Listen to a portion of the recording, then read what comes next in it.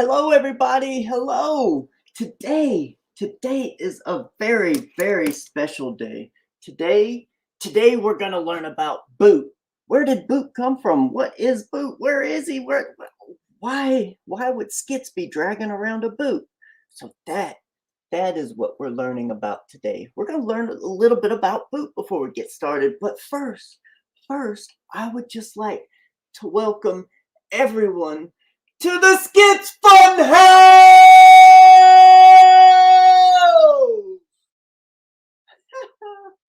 Hello, everybody. Hello. Let me just say hello to a few people. Let me say hello. We got Black Star. Hello, Black Star. Thank you for being here. Aria Galanian. I'm always terrible with names. Aria Galanian. Hey, how are you? Thank you for stopping by. Burst Films Productions. You know, you would think after seeing someone's name for like a year or more, I would actually remember it. But I'm just terrible with names sometimes. But today we're going to talk about Boot. Today is very special.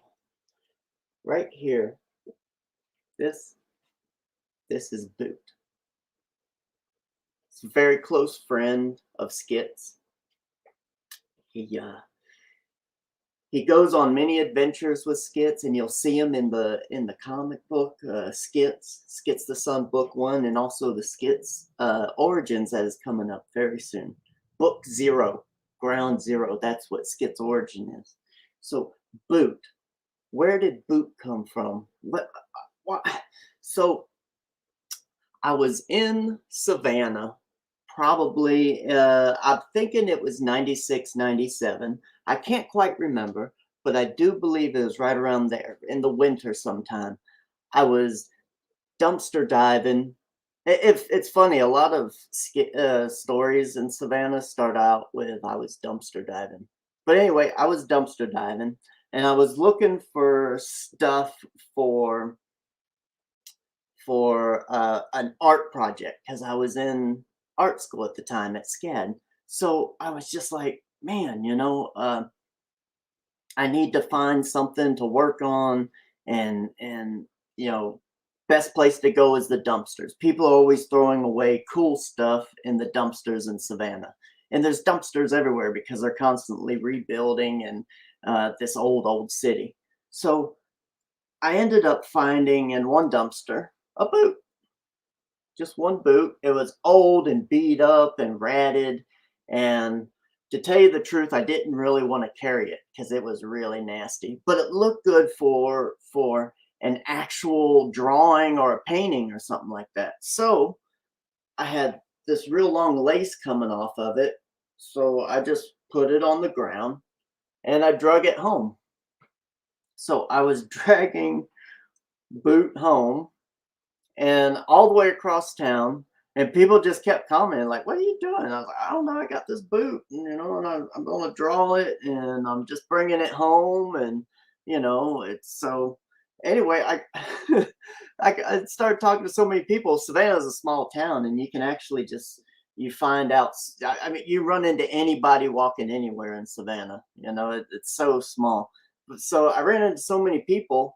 They were just like, wow, Michael, he's walking around dragging a boot through town. And I was just like, yeah, why not? It's awesome. So I got the boot and I got it home and I got it set up for a drawing or something like that. And then the next day I was out, I kept running into people saying, where's Boot? Where's Boot? I was like, oh, Boot's at home. So what I ended up doing is after I got done with the project was only like, I think like a 6-hour drawing or something like that. I can't quite remember. But anyway, I got done with Boot, and then I just started dragging Boot around for a little while. I don't know, maybe lasted a week or two or something like that. But that's how I first came about with Boot. And I'm guessing that's how Boot ended up in my dreams in 2001, 2000, that time period. The summer of 2000 is because of my experience dragging Boot around. Another funny story is I was in New York. This was spring of 2000. This is right when I graduated. I went on a road trip with a bunch of friends, and we were in New York. and we went to DC, Philly, New York, and then back. And that was the first time I'd been to any of those cities. It was really cool. So anyway, when I was in New York, I saw this guy. I mean, he had a window unit, an AC window unit, you know, one of those box ones, and he had it on the ground, and he was just dragging it through the city, like it was just on the sidewalk, just dragging this big old AC unit. So I thought that was really cool too. I remember later on, I was like, oh, I remember that guy. I think I got a picture of him somewhere. You know, I'll have to try and dig that out. But that might have had something to do with it. But anyway, Boot, that's where Boot came from. Boot was actually in my dreams during that summer, those 3 months. And he became like a cool, integral part of skits. Just something that I thought was really, really cool. So Boot, this is Boot. This is what I use for drawing Boot. You know, I always look at it. It's like whenever you're doing drawings, you should always have a frame of reference. You can't just draw from nothing. Even when, you know, when you're learning how to draw, you got to look at humans to draw humans and boots to draw boots. So there you go. There's Boot. So what's going on today? I'll tell you what's going. That's my story of Boot, everybody. So there you go. What's going on today? Today we got a special guest. We got XEVIUSS. He'll be here shortly. We'll bring him in once he gets here, and it's going to be a lot of fun. Let me just see what's going on. Oh yeah, look at there. Das Boot. Yes, that's the Boot. That's where Boot comes from. So he'll be here shortly, and we'll talk about some stuff. I'm hoping maybe we'll talk about some art, but also maybe we'll talk about music. I've had a lot of music on my mind lately. Haven't really been. Well, anyway, I'll just save it for when he gets here. We'll talk about some of that stuff. Also, go over something I didn't do. Hold on a second here. Sometimes you forget to do things, you know. But there we go. I'm gonna pull this up. Share screen. There we go. Just wanted to remind everybody to go and check out the website. Website is where you can find everything skits. Anything and everything that you want related to skits is on the skitscomic.com website. So go over there and check it out. We got some artwork. We got Skits Comics. We got news and videos. We got a mini movie. We got all sorts of cool stuff over there. So go check out some of that stuff. Lots of fun. Lots of fun. There we go. Oh, suited and booted. There you go. Okay, so stuff that we got coming soon, man. We got a bunch of stuff coming soon. Let me just pull. I got these big, huge floppy arms. This is really easy for doing the skits costume right here. This is cool. We had this at the comic book convention that we did recently at the Fanboy Expo. So let me just pull my hands out. I can kind of do stuff. This makes it really easy to interact with people. It's hard to interact with people when you ain't got any hands out. So now we got the hands out. I just wanted to show off some of this stuff right here. This is the sketchbook that I'm working on. This is actually going to be a storybook. This is going to be really, really cool storybook. But it's done in sketchbook style. So I'm actually working on the pages, and at the end we'll sew it up into a book and put a cool cover on it and everything, and it'll actually be a handmade storybook. There's an actual skit story in here. Oh, look, arrows pointing at me. That's me. That's skits. So these are some of the pages that I'm working on right now, and this stuff is going to be coming out in full video format where you can look over it. We can talk about it. There's going to be some really, really cool stuff here. So just wanted to kind of show some of the pages off. There we go. Right there. So that's like a double page spread right there. There's Skits Finding Boot. There you go. From the Dream. Let me move into the next page here. Ooh, look at there. Look at there. Got some cool textures in here. I'm actually doing some sewing and gluing and taping and all sorts of cool stuff. There's some cool stuff right there. Look at look at the textures on that and the painting. Oh yeah, that's some cool stuff. So that's something that we're going to be working on that is going to be really, really cool. Oh, I've actually got some stuff falling off. But once this is done, I'm gonna we'll do a campaign for it because it's actual skit story. It'll tie into the overarching stories and stuff like that. But it's actually, there we go. We were kind of out of focus for a second. But anyway, these are the stories. This is like just little stories that we're doing through sketchbook format. It's like I always work in the sketchbooks, but I figured if I'm gonna work in sketchbooks, I might as well just make it a story that you can follow along with instead of just being a sketchbook of drawings that don't really say anything or do anything. You know, it's just building more of the world that exists. And we're going to do a bunch of these. We're going to do one every like 3 to 4 months. So this is going to be cool. And they'll be about 48 pages each. Just be a ton of fun right here. And again, you know, that's some of those pages. Let me move Boot over here. And I wanted to show some of the sketchbook stuff like yesterday. Here's some of the stuff that you can see in sketchbooks. There's a skits drawing, some stuff going on the other side. Just fun stuff. So I'm really, really excited about that. So what's been going on with everyone out there?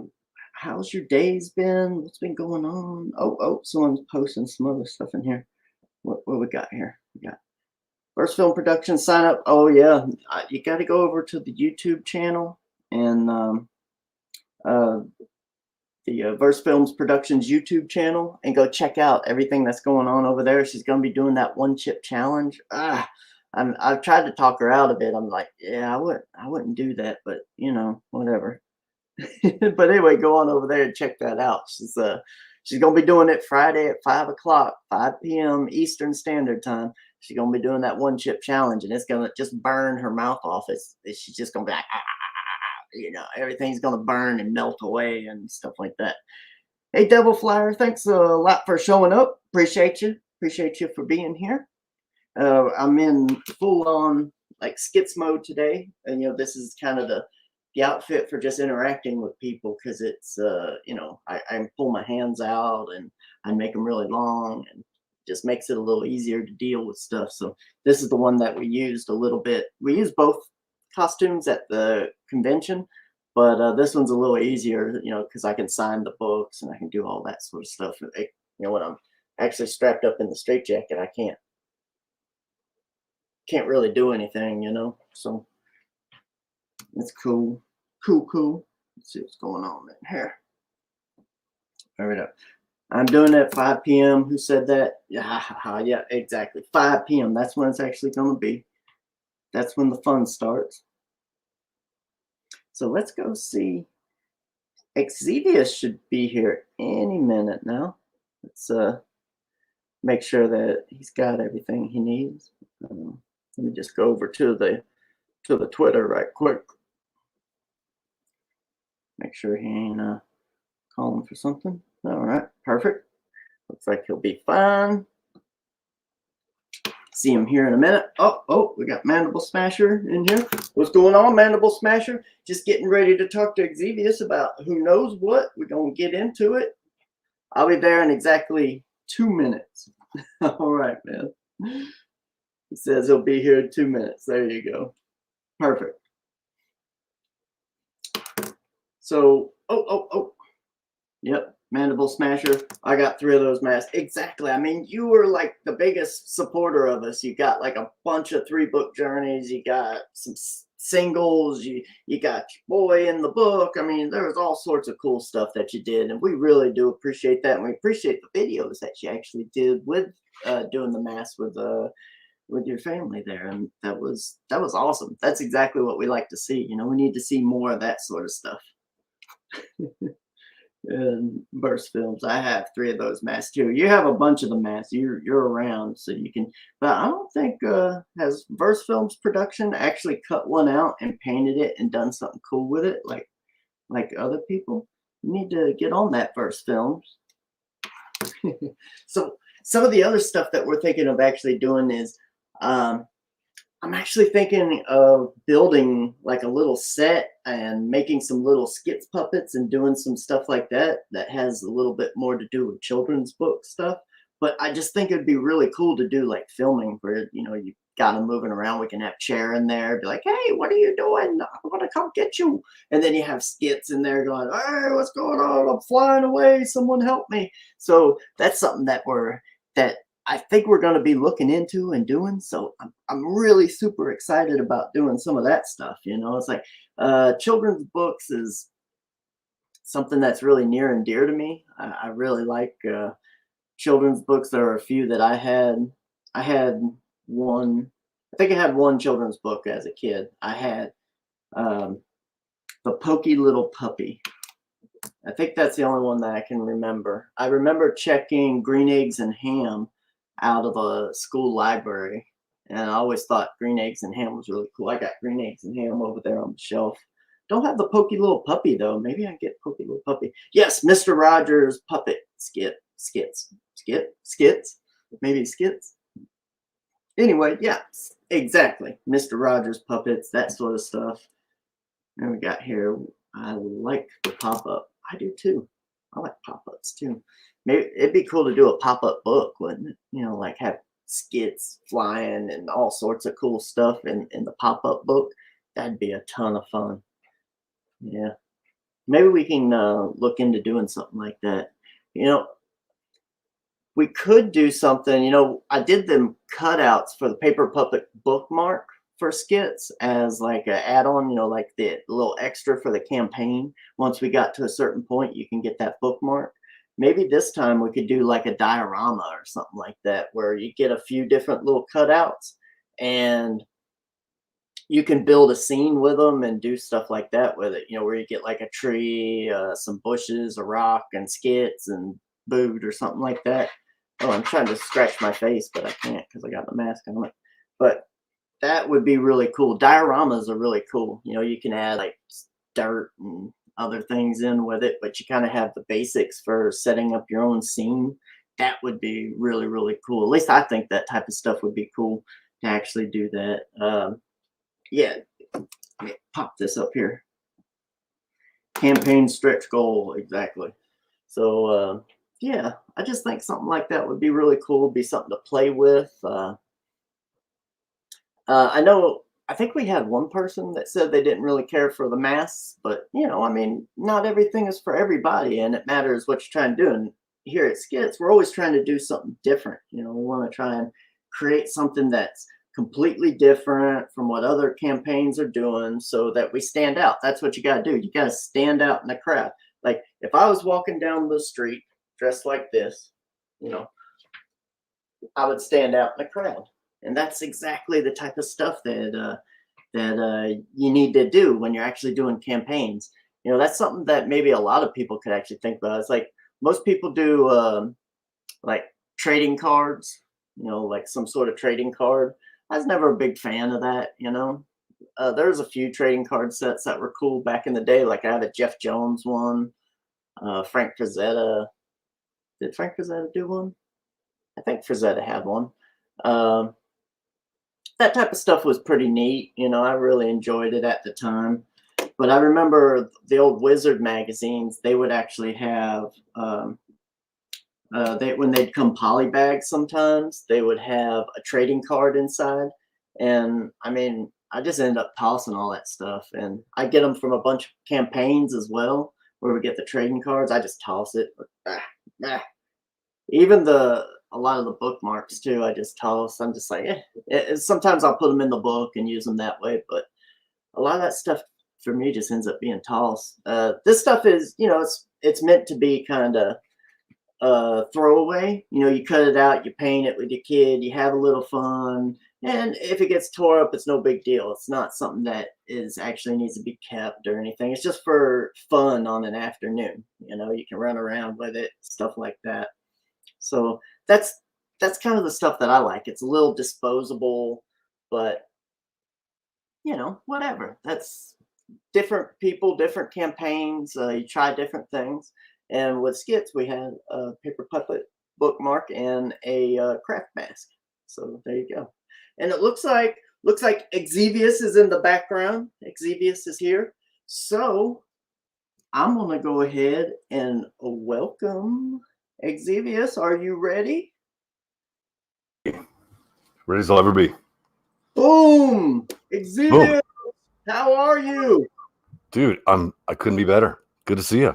Well, let me before we get started here, just let me do a little introduction. Let me welcome you properly. XEVIUSS, welcome to the SKITS Fun House! Yeah, glad to be here. Boom, you're here. Nice. Let me go ahead and open up a little bit here. Let me get It's a little hot in here with all this stuff on. I've met you a couple times, but we've never done. I don't think I had a camera last time any of us talked. No, I had no idea what you looked like at all. We just did it like. So I never looked you in the eye. Icon. Yeah, there you go. That's all right. Yeah. So cool, man. You're doing okay. It looks like you're in a cozy spot. That's for dang certain. Dude, I'm busy. Like I just spent the last hour fielding a commission for a Sherlock Holmes novel cover. Nice. With a rainy background, and the dollars are nice. So it's not, I wouldn't call it cushy, but I get to paint and do some. I mean, my thing. I love Victorian stuff. Sure. I've always said since I've been doing this, like John Singer Sargent is my number one. That's my muse. That's what I do, even if I'm drawing science fiction stuff. So Sure. I'm good. It's a good weekday. What is it? Tuesday? Yes, Tuesday. Yeah, you're in a good place. You're wearing like a fuzzy, long sleeve, to say the least, jumper. Yeah.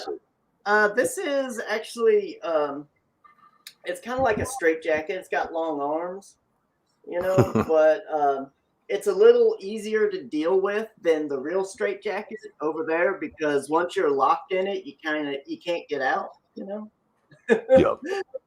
But this I can pull my hands out and I can actually control the board here and click on things, so it makes it a little easier. Plus I'm using a pen, so I guess I could just kind of do it like that if I wanted to, so got the same thing right here. There you go. There you go. Got your medium Wacom. Yep, dude. Exactly. Yeah, so I do everything. I guess I haven't. Do you use a mouse on your computer? My thing is I like to. I'm an acrylic painter going back like to college days, right? Yeah. So 20 odd years later, I do what I'm in the mood for to keep it interesting for me. Sure. So okay, here's my deal, right? So I got a handful of these guys. So these are all like old beat up Prismas. Mm-hmm. Like just your usual thing, right? Oh, got yeah. my art lines, and then I start with. So I'm at like a big workstation here. I got this. Oops, this is in there. There you go. This sketchbook. Mm-hmm. I'll get stuff going here, and then I pull out the iPhone, and I'll airdrop it to an iPad or the workstation. Depends on what I want to do. Sure. And I've got two of these guys, so it starts off being pretty organic, but it always winds up being pretty much Procreate to do final stuff. Really? Huh. Interesting. Yeah, but if I feel like I've got a big drawer right here with like India inks and gouache and watercolor and whatever. So I'll just kind of go, hey, I could use a layer here of something. So that's what I'll do. Nice. Well, I was wondering do you use a pen for your interaction with your computer or do you use a mouse? Mostly a mouse. Mostly mouse. Yep. Huh. Yeah, I'm always amazed at people who are graphic designers, artists that use mouse for their computer. Because, when I first really got into doing computer design and stuff like that, the first thing I did was like, man, I got to get rid of this mouse. I hated the mouse. And I remember working on AutoCAD. I think it was like AutoCAD 1. And it had this big interaction board. And it had a pen that you would actually click on the icons. Like it, you know how in Photoshop it has all the little icons for the different tools. This big board that came with AutoCAD had basically where you just click on those things. You know, was they that had on the little table? pictures. Yeah, it was a big tablet that had pictures of all the tools, and you'd click on the tool on the tablet, you know, because they were just there. And that's how you did it, you know. So I remember that was in high school, and then I remembered back to that, and I was like, well, don't they have those still today? And then I found out about the Wacom tablets, and I think I first started using one in maybe 99, 2000 or something like that, and I never went back. I haven't used a mouse in probably decades. So, you know, what it is for me is like, so this is a 28-inch iMac right here to my right. Yeah, like a 5K. got one right here. Yeah, and I've got another monitor. So like, if you look at my hands, so the right extremity of it goes all the way to here, so my sight line, and the left monitor goes all the way to there. Yeah. So with the Wacom, that's a long throw for like just this little it's probably mapping about 9-10 inches to I don't feel like doing math, but like 28 plus 28, so what, 56. So I just find it's too jumpy, so I still have the mouse to do certain things. Yeah, sure. But for me, I dig it as long as it's just, I don't get bored doing the same tools all the time. Yeah. I will say though that one of the things that I miss about a mouse is having like the spin wheel, you know, the spin wheel, so you can spin up and down on scrolling and stuff like that. I do miss that sometimes. That's probably the only thing that I miss about a mouse. Sometimes I switch over to the little trackpads. You know, the iMacs, they come with them trackpads now. Yeah. That's kind of cool, you know, but I have that right here on the Wacom. I have a big screen in front of me, which is the Wacom monitor, you know. I think it's like a 24-inch Wacom monitor. And but I mean, you can use that as a touch as well, you know, but I've just never gotten into doing the touching on the monitors. Maybe I'm just too old for it. Maybe it's more of a younger generation thing, you know, where you could do the pinching and all that sort of stuff. So yeah. No, and then and I've got that too. So then I have this other guy. This is the let me see here. I guess an INTUOS. Yep. I don't think it wants to come up all the way because it's wired in here. But it's this is a full, but it works as a coaster too. Yeah. That's an INTUOS. And this does touch on off. It's got a big toggle, and you can program on the fly what the spin wheel does. Yeah. So then I'll switch to that thing and I'll use it for whatever parameters I'm cycling through. I don't know. It'll take me another 10 years to figure out what tools I really like, you know, until I start to actually get like old. Yeah. But so, I will say, like Procreate, if I'm doing, and this is for like my regular job, sometimes I have to do certain types of drawings and stuff like that. I'll use the Procreate on my iPad, just so I can go over there and sit on the couch and draw instead of sitting right here, because it's just a change up. Like you were saying, it's like sometimes you just want to get away from sitting in front of this thing and go over there. So yeah, dude, I'm about 50-50. So like, this is you know, a pretty staid, kind of boring office setup. I'm sitting here in an office chair. Yeah. And then the couch is right as close as yours is, you know, 8-10 feet over there. Yeah. I just, you know, put up my feet, cross my legs, grab a cup of tea, pet the cat, and then just move totally for 8 hours into a totally different zone. Yeah. Then I got my easel and stuff, which is basically across the room from that. So it's I'm pretty happy with the whole workflow situation right now. Nice. Yeah, nice. It doesn't get boring. I don't have my butt stuck to a seat ever. Yeah, you know, that's the biggest problem I have, is having, you know, sitting in a chair all day. That's why when I do these things, I'm standing up, you know. My table is actually a stand-up table. That's just, I don't know, that's just what I've gotten used to over the years. Like if I do actual art, like I'm painting and stuff, I do that standing up at an easel. So Yeah. It just makes more sense for me to do Uh, that. It's the first thing I noticed, man. I was Yeah, just I mean, saying hello to Rick Saylor. Thanks for stopping by, man. Appreciate you. yeah, I've been meaning to do that. That'd be my last upgrade here. Would be a stand up because IKEA does these. There's a kind of a cheap looking wind up one where you kind of like crank it. Yeah. That's a few $100, and there's one with like just these automated. It's like it's all motorized. Yeah. And I looked at it and thought, oh yeah, one of these two, because then I can be on my feet. But it's got to come down quick because I imagine when you're like working at 3 o'clock in the morning, there's no way I want to be working standing at 3 a.m. with a deadline. Yeah. Yeah. So, well, I'll give you maybe a little bit of advice on a table, like a stand-up table. yeah.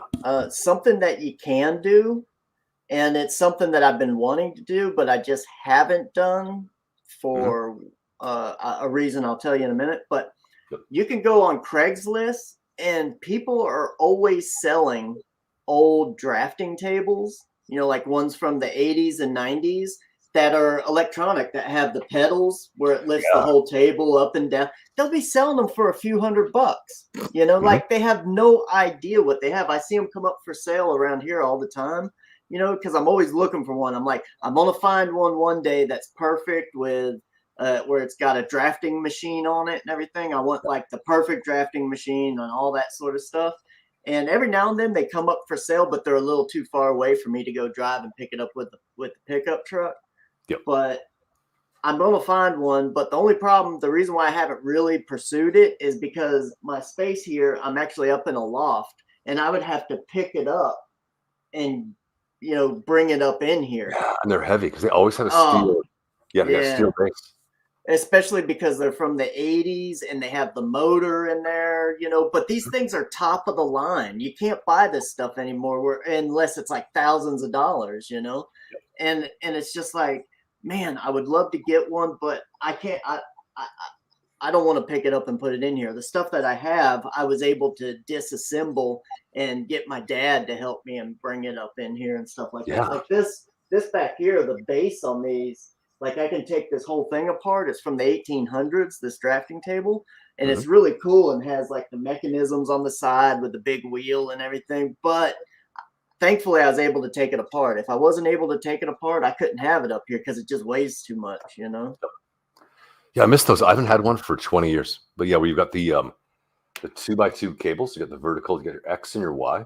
Yeah. And then the thing, the clicky thing. I wish I had a better name for it, but then you have your rulers on both axes too. Yeah, exactly. Yeah. Come in. Then you grab your off the side side shelf, side desk. And you do your to the millimeter precision stuff. Yeah, that was fun. Yeah, it'd just be awesome. I mean, what I use right now, and I've done a video or two on it, is I actually have like a set of really big rubber bands attached to the side, to both sides. And what I do is I connect it in the middle with like a clasp, and then I just move everything around and use those as my perspective points, as long as it, kind of works up. And then you can just draw along the rubber band. It's actually really, really easy to do it that way. Yeah, I got a video on it. People can go and check it out. But it's something that I learned back in college. People used to just take a rubber band and a paper clip and put them on their sketchbooks, and then they would have, they just move it around, and you got your 2-point perspective, or you could do one from the bottom and you got 3-point perspective, and then you just use the rubber band as your guide for doing your drawing, Yeah.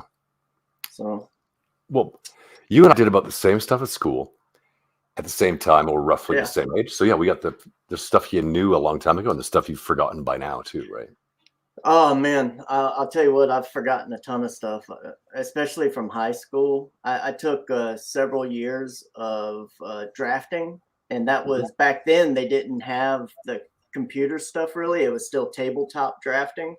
So I did all like mechanical drafting with exploded views, and I learned how to do all of that by hand. That's something that I'm sure that's pretty much gone today. Like, people wouldn't even know how to create that stuff and draw it anymore. Yeah, would make sense to me. I remember the year that they had a computer in there for like doing AutoCAD and stuff like that. And I remember I took think I took like 8 weeks on it. Like I was in there all year, but I took like 8 weeks and just worked on AutoCAD and did stuff like that. That's when I learned that. But pretty much all of it was just tabletop. And then they turned it into an academy, which is kind of like a school within a school. And I had to give up some classes in order to be into that. So I just didn't. So basically you're in there all day, and then everything switched over to computer stuff, and all the tabletop stuff went away. And I think that was 92, 3, maybe 94 they did that. So yeah, it's kind of sad, you know, all that old stuff goes away, you know. It's a two-edged thing. I mean, like right around exactly early 90s, if computers didn't come along, if the Mac didn't become so ubiquitous, like what we do now, when someone's like, hey, I'm making a book, I need a logo, I need color separations, I need this, I need to figure out signatures to the printer. Yeah. In the mid 90s, that would have been, you need to call me because I got a degree in this stuff. So it's cool. And we'll run film, we'll do stuff, we're gonna do PMTs, we're gonna do separations, we're gonna do all this stuff. And it's gonna cost you like 10 grand, by the way. Yeah. Yeah. And now it's kind of like someone's got like, well, I got a new MacBook, I'm gonna make my own whatever. And then the issues that might come up with that end up being down the line to the printer, to whatever. Yeah. They don't come up actually where they should be. Yeah. It's like, okay. And then people learn as they go, and that's cool. We watch lots of books come by. Yeah. Well, you know, I remember it cost, you know, you would go in with, I believe we were using maybe Jazz drives at the time. Okay. Which was, they had like 250 megabytes when the zip drives had 100 megabytes. So, you know, we would use, so it's basically a zip drive, but a thicker one. So it had more oomph on it. So we would take that over to the lab to get like our color seps and all that stuff printed out. I remember that stuff costed a fortune, man. I'm talking like $100, $200 to have all the color seps printed out properly so you could bring it to the press to have it done, you know. And it was just like, dude, I mean, today, you don't do any of that. You just send them a PDF, a print ready PDF, you know. Is that wild? That it's basically, it used to be cost a fortune, now it's free. Like, it's just a PDF. It's a file format. Back then, it was like you had to get all this special stuff printed just to get it over to the printer to make sure everything was done properly. Yeah. Yeah, and I guess it sort of knocked out all those industries that basically supported the rest of it happening. Sure. Like remember one of the first real jobs I did, I was about second or third year, and it was for like a bridal, you know, like a china shop, right? Like a wedding registry. Yeah. So, and they were based out of England. It was, I don't remember the name. It's boring. You know, like Waterford Crystal. I'm going to go with that. So they sent like a 4x5 transparency by the mail. That cost a bunch of money. And it was gorgeous. I put that out to a supplier to have that scanned. That was like $120. Got that put on a zip drive. So I've now got this Waterford thing. I've got like a Mac 2600 Power Mac, Power PC. Yeah. Yep. So, okay, I got that there. I got the logo, and that's like a Illustrator EPS file. I've got some stuff to do. I've got like a day of compositing to do. I got to typeset it all in Quark Express. Then I generate CMYK lasers on an HP printer that costs me about $4 or $5 grand because it's a laser. And I get a courier to send all that stuff out to the production house. And a week later, we're looking at proofs. Yeah. That's probably $1,000 to do all that. And now it's just like, it's instant. Yeah, so, that was just for one little job too, you know. That was a one-page magazine ad. Yep. Exactly. So like when we sent out skits to be printed, you know, I sent them the print ready PDF. There was 2 PDFs, one for the internal pages and one for the cover, inside and out of the cover. And they had it all assembled and ready to proof. I think it was like the next morning when I woke up, they had an email to me. It was just like, hey, here's the proof. I'm like, wow. It's like, this is a whole book that was printed. That was proof. I know, right? It's a bit underwhelming. Yeah. You know, it kind of, it's good, but at the same time, I think it kind of, uh, it loses how important everything is because of how easy it is, Hmm. you know? And I think that's why today, when you just see regular printed material, you can find so many errors in it because back then, when you made a mistake, it was thousands and thousands of dollars to fix the mistake. Yep. And today, if there's a simple mistake, it's just like, oh, let me just send you another file right quick. Here you go. Sorry, you know. Yeah, I mean that's the trick to it, right? Because you can't lament progress. It's going to happen. Yeah. But again, like if you're doing somebody's like starting up a law firm and like, hey, we need business cards. I'm talking 90s. Then Hmm. you're going to talk to the paper vendor, the whatever. You talk to the printer. You're going to have it foil stamped, embossed, debossed, engraved, something, and you're going to make Yep. that thing. And you're probably going to do it by hand even, and then like get PMT shot by a photographer Sure. and pay $250 to have that stuff done, like the line art. Hmm. And you put it all together, and it takes a month. And now it's kind of like, it's like, well, hey, my wife likes playing with InDesign, so she did it for me. It's like, well, okay, you can't knock it, but it's not the same level, you know. Nah. Well, I don't even think a lot of the print is the same level anymore. Something I collect a lot is old books. Every time I go over to Europe, I always pick up some old books. Um, you can here's something for people that want old books really cheap. Usually, you can go to a bookshop that specializes in old books, and whenever they buy books, they usually buy in bulk. You know, they'll get a whole collection and stuff like. And then usually they get books that are damaged, that are just completely like they can't sell them, but they don't want to throw them away because they feel bad. Yeah. So they usually just have them sitting in the back of the shop somewhere. So usually I'll go into these bookshops and I'll say, "Hey, do you have any old damaged books that you want to sell that are like in the back somewhere that are basically like garbage, but you can't do anything with them?" And usually they're like, "Yeah, why? You interested?" I'm like, "Heck yeah, I'll take them." And what I do with them, and I use them for collage for paintings and illustrations and stuff like that. They don't know that, but I'm basically cutting them up and destroying them anyway. Yeah, I've But seen you do that. Yeah, it's cool. yeah, yeah. So it's just like, so that's what I do. I get this stuff, but you can tell like the quality. The reason why I do it is because the quality of the paper is just awesome. The quality of the ink is awesome. Uh, once you get back to a certain time period in the 1800s, a lot of the type is embossed in the paper. Yeah, I mean, because it was all letterpress back then, and good. Hey, yeah, it's just wonderful, wonderful stuff. So I actually buy it. I like to feel it. I like the smell of it. You learn a lot about the process just by holding it.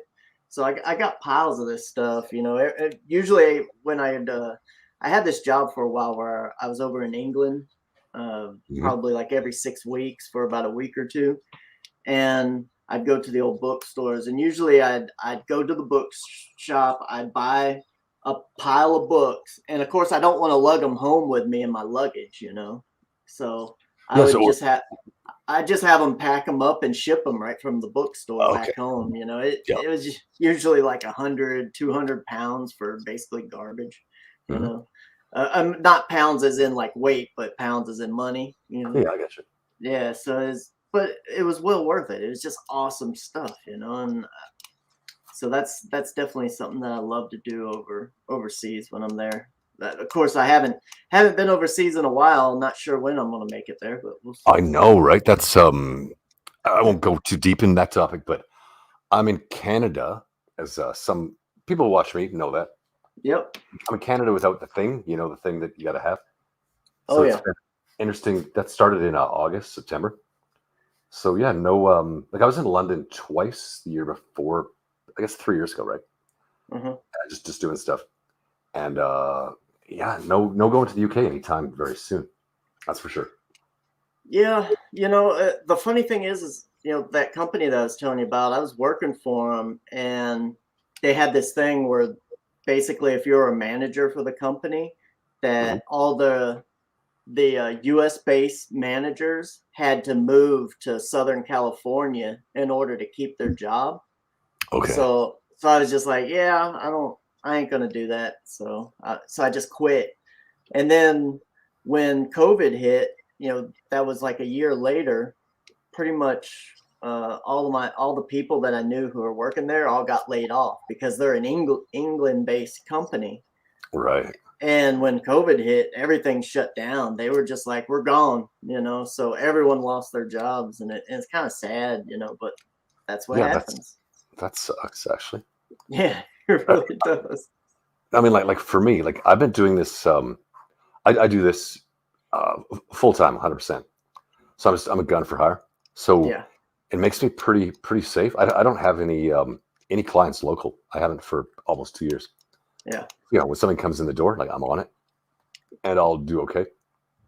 And outside of getting bored of not going for, I don't know, getting on a plane or going for a coffee, it works out all right.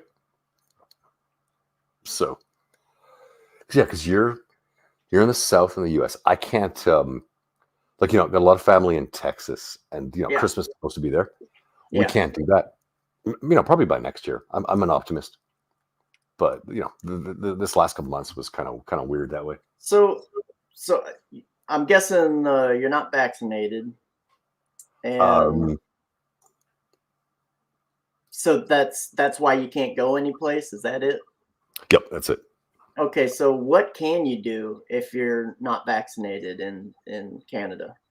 So I'm in Western Canada, so it's no secret. Everybody knows. I've worked with everybody at this point. Everybody knows my name. I use the XEVIUSS moniker to keep. I don't mean my teenagers looking at my Instagram, just super clear.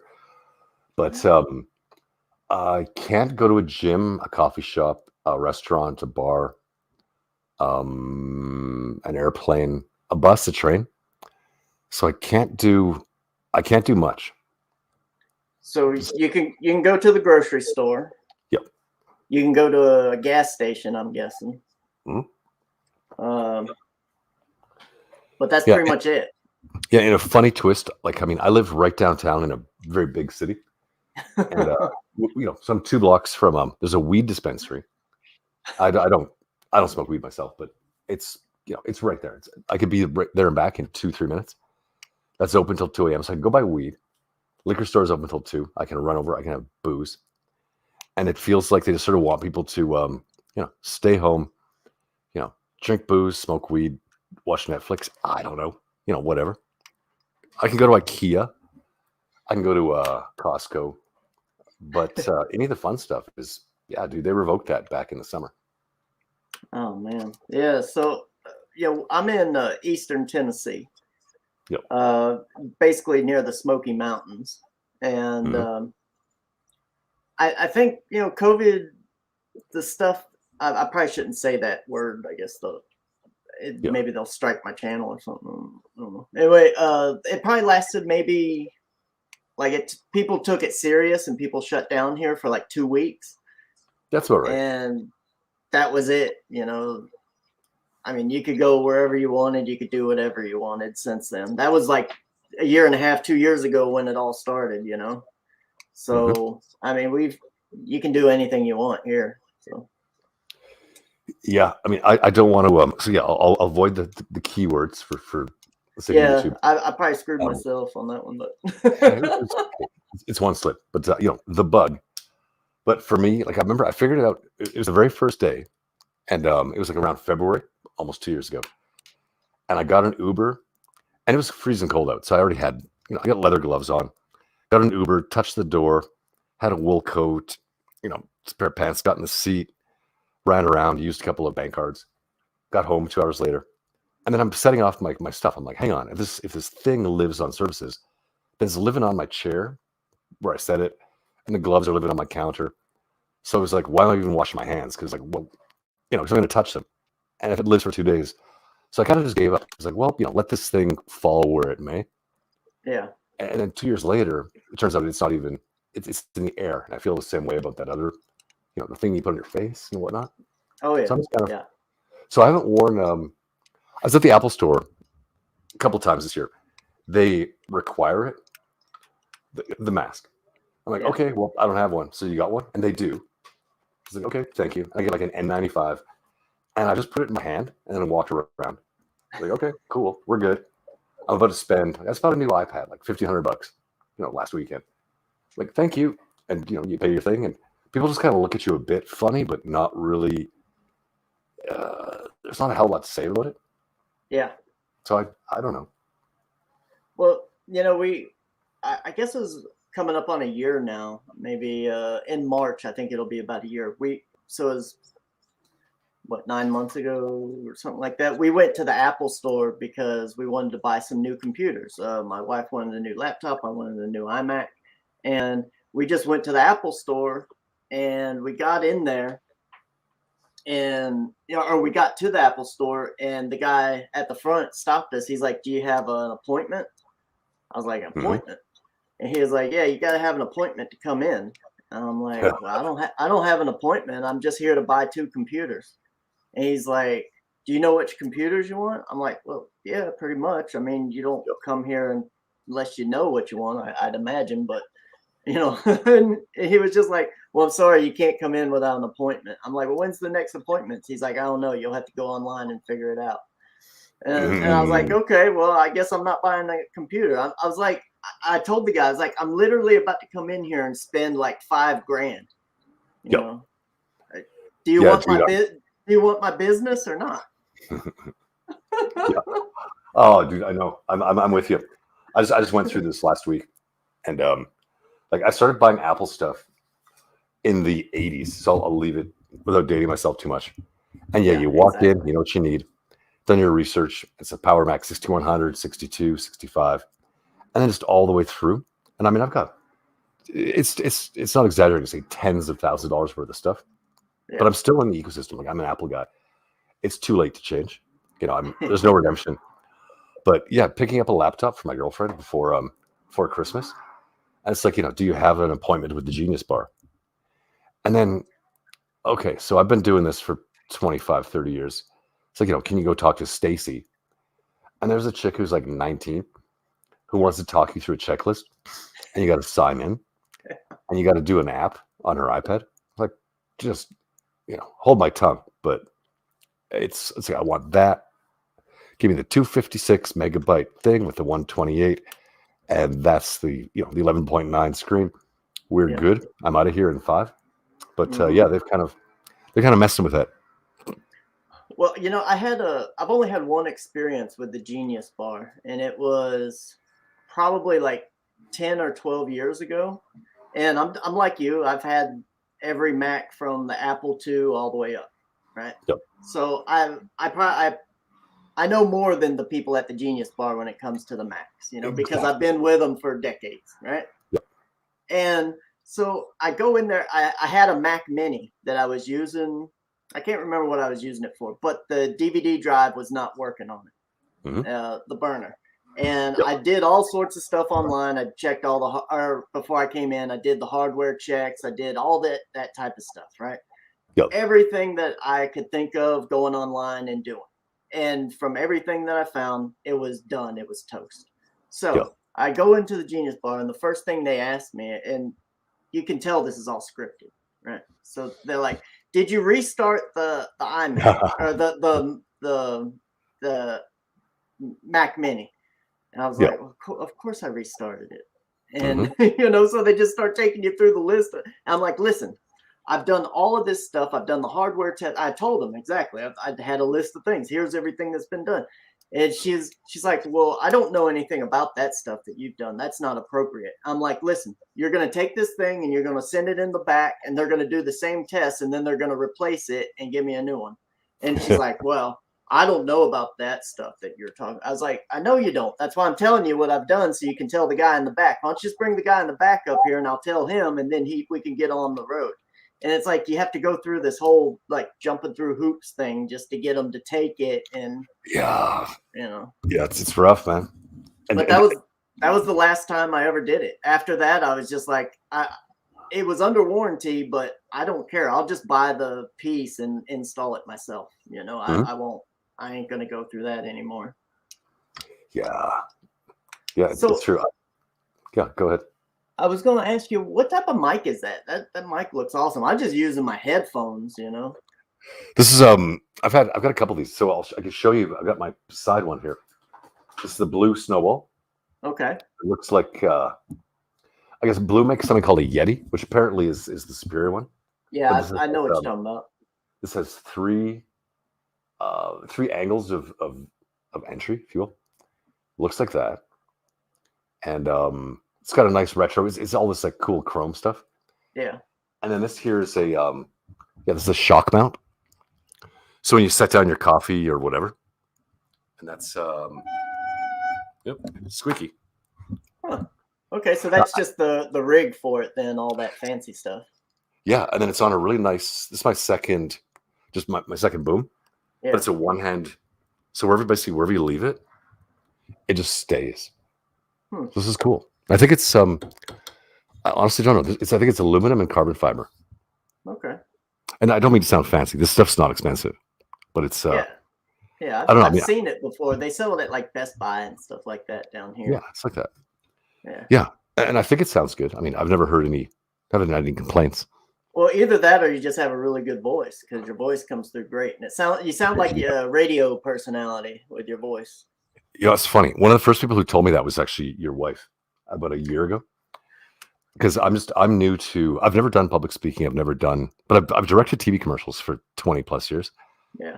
So I hire voice people and I talk to them. It's like, hey, how are you doing, Dave? It's like, hey, we're good. Let's get some stuff happening. I'm like, all right. And then now that I've done a little bit of YouTube, I get that almost all the time.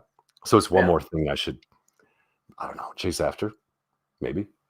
Hey, I mean, in today's environment, in today's society, the more skills you have, the better you are. That's absolutely. That's probably the best. Mandible Smasher says, I bought my daughter an iPad Pro for Christmas, and she's picking up Photoshop pretty quick. Nice, dude. I didn't even know Photoshop. I know Mandible Smasher. So Photoshop's on iPad? I didn't. I think they have like a lesser version of it. Okay. You know, I know that pretty much like they have something for Illustrator on there. I know that like but it's.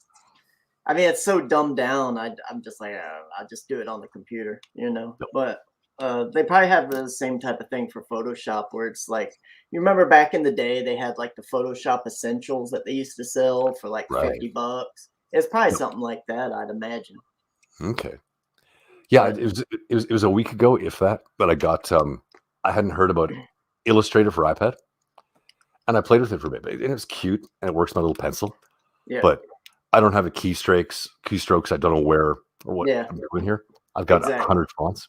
Yeah. So, well, it's the same thing for me. It's like I remember when I was trying to show my wife a few things in Photoshop, and I realized then that I've been doing it for so long that I hardly don't know where anything is located anymore. Because one, I've been on Photoshop since Photoshop 2, and they're constantly changing stuff around where it sits, you know. And then also, I just use quick keys for everything, so I don't really pay attention to it. That's funny. I don't mean to, but I can one up you on that. Like, so this is my 5K workstation here on my my iMac, right? And they come with those little keyboards, the little aluminum ones. Yep. Like these guys, right? And I have no use for these things because I got there's kids running around. I use these heavy duty steel, tactile click like an old 70s IBM computer. The ones that click. Yeah, it's because what's dang, I used to know the name of them. But they sound so good. They sound so good. Whoa! This stuff, right? Look at that thing. That's fancy. And it clicks like crazy. I don't want to touch it and close this window or something by accident. But I will never go back to an Apple keyboard. So take your little aluminum girly one and just put it aside for your laptop or for traveling or something. Yeah. But see, now it doesn't have command or option or it's all remapped. So I do it visually, and to me, it's like playing guitar chords. Yeah. So if I were to open up a Photoshop file, import something from a photo from somewhere, it's like Command A, Command C, Command N, Command Tab, Command tilde. Yeah. Command V to paste, Command S, Command Option S to save as. Boom, and that takes 4 seconds. And so my girlfriend, because I'm trying to do the same thing with her, Then she's looking at my hand going like, but wait, that says Alt. I'm like, I don't know what that is. I know Yeah. where it is. Well, when I was doing the same thing with her, I was like, yeah, you got to do Apple Z, Apple Shift Z for, back and forth or fixing stuff. And she's like, there's no Apple on it. I'm like, Yeah. oh, yeah, I guess they don't have an Apple on the keyboard anymore. Well, I can think honestly, like the one I just picked up here from the bottom left, it says Control, Windows logo, and then Alt. That doesn't line up in any way with anything Apple. Yeah. But it works for me. I don't look because I'm busy looking at the screen. So I'd be a bad art teacher at this point. Yeah, that's I actually bought one of those Wacom computers. Have you seen those? I think it's No, what is it? Okay, hold on one sec. Yeah, go for it. All right, so this right here, Mm-hmm. this big heavy thing, this is a Wacom computer. Really? Yeah, it's about yay big, but it weighs probably like 3 or 4 pounds. That's huge. And see, it has like the standard Wacom buttons on the side. But the thing is it doesn't have a keyboard. But I was buying one. I was like, I don't know if I want an iPad because I work in Photoshop and Illustrator. I just want to do it on something like this. That's, something you can move around, be on your lap over there on the couch and work on Photoshop and stuff like that. So I bought one a few years back, and the biggest problem was it not having a keyboard, for all the quick keys and stuff like that. So I don't know. It's kind of sat around. It looks cool. Like, what is that, like 16, 18 inches? So It's that's big. yeah, it's probably about 18 inches. Yeah. Yeah. I mean, it's a good size. It only runs Windows, which is fine. I don't care. I'm doing Photoshop. Photoshop's pretty much the same on, Photoshop, Illustrator, InDesign. It's all pretty much the same. Every now and then I still get someone who's like, "Can you give me a PC or a Windows a Photoshop file?" And I'm just like, oh man. It's like, it's a Photoshop file. It doesn't have, it's not Mac or Photoshop. It's just, but yeah, I still get that. Yeah. So music. Let's switch over to music, man. I want to talk about music with you. Let's do it. Wow, where do we start? I mean, there's we could do this all day. Okay, so I got something for you. Yeah, Have you heard anything in the last couple years that's come out that you've enjoyed musically?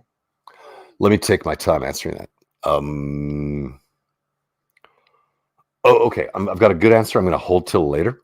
Okay. I just spent 6 months roughly working on a music video. Oh. So I heard it. I may very well have heard it 1,000 times, and my heart and soul went into it, starting in around last May or June. Okay. So I'll tell you about that later. So yeah, enjoyed the hell of it because I still like it.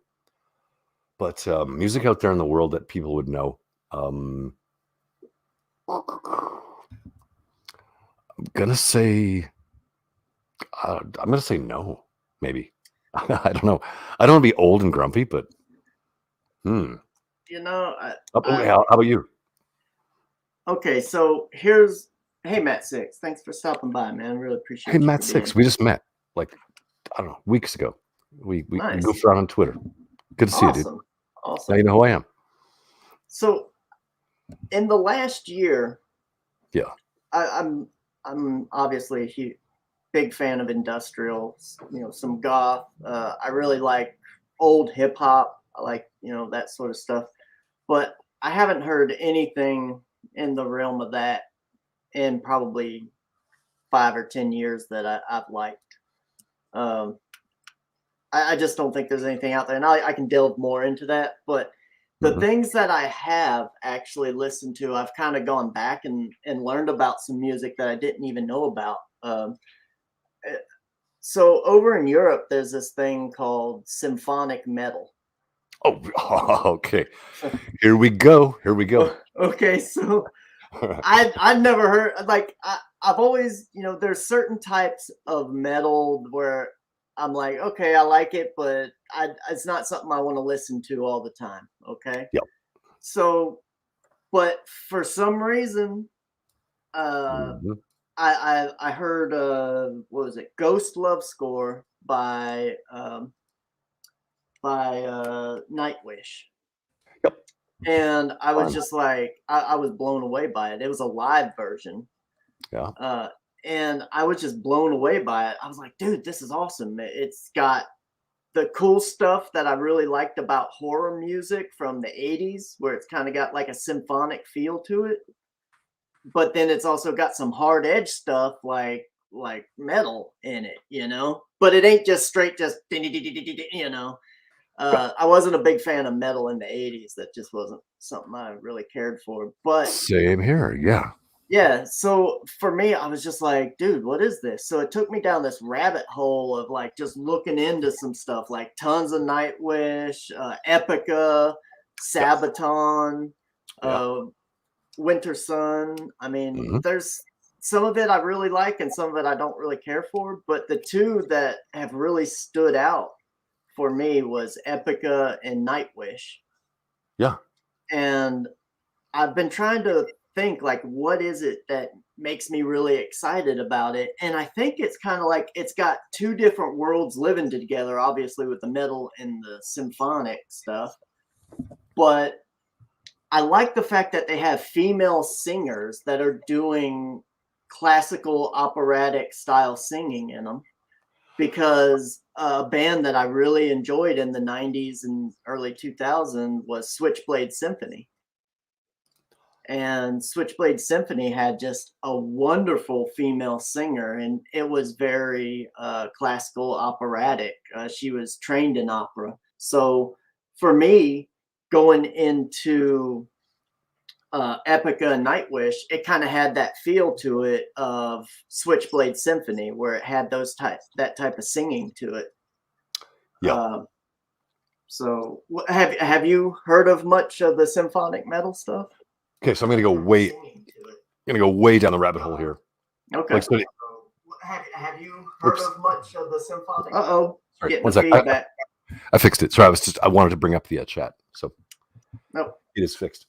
Perfect. So in a funny way, yeah. So this same thing, like you and I had the same interests and proclivities in like the mid '80s. Mm-hmm. You know, we figured that out, you know, by accident when we talked about a year ago, Mm-hmm. and then forgot about it. We move on and do whatever.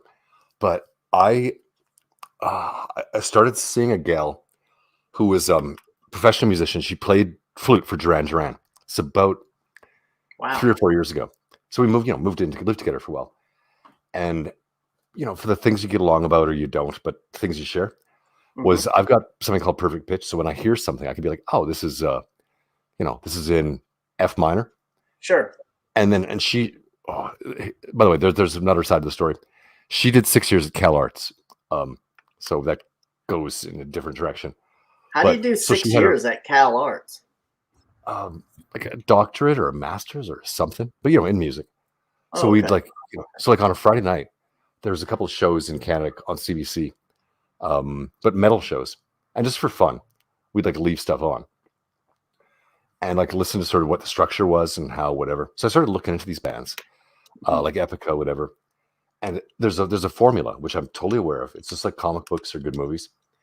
You got like 4 dudes with there's the good looking dude with like the long hair, looks like James Hetfield 90s. There's the short dude with like the shaved head who works out and like the funny beard. There's whatever guy, and then you got like the hot chick in like what do we call it? Like not a bustier, but a and they're beautiful. So you've got like this dark and Victorian / 80s garb. Yeah.